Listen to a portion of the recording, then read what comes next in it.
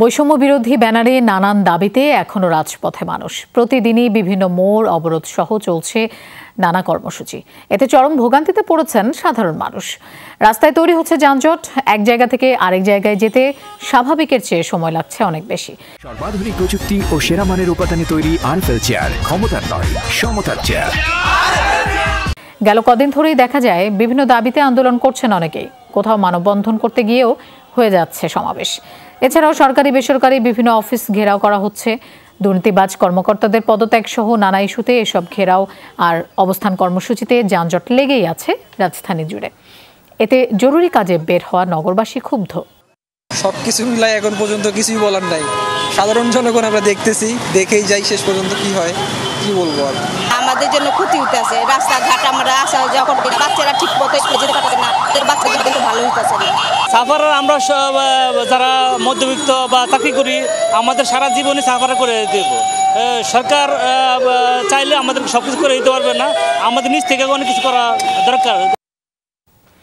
এ বিষয়ে আরো জানবো। আমাদের সাথে যোগ দিচ্ছেন লাভলি বিথি, তিনি শাহবাগ এলাকায় আছেন। বিথি, নানা রকম কর্মসূচি চলছে, আমরা দেখছিলাম যানজট বেড়েছে, মানুষের দুর্ভোগ কেমন দেখছেন, কি বলছেন নগরবাসী?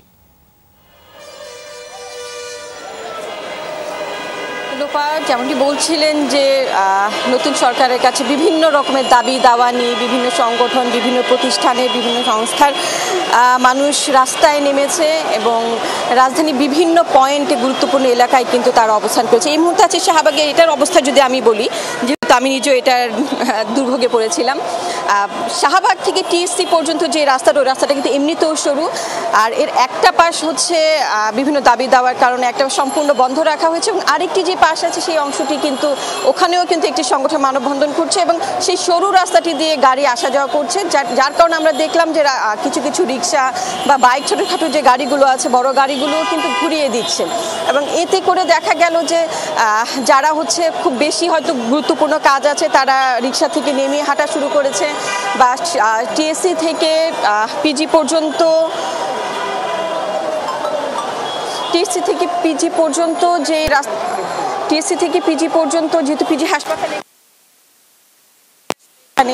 আসছেন, তবে তারা যেটি বললেন যে আন্দোলন ঠিক আছে, সরকারের কাছে দাবি চাইবে, সেটা খুবই যৌক্তিক, কিন্তু সেই সাথে যেন সাধারণ মানুষের যে দুর্ভোগ, সেই দুর্ভোগটাও যেন তারা বিবেচনায় রাখে এবং রাস্তা যেন একেবারে বন্ধ করে দিয়ে যেন তারা কোনো ধরনের আন্দোলন না করে। লোপা।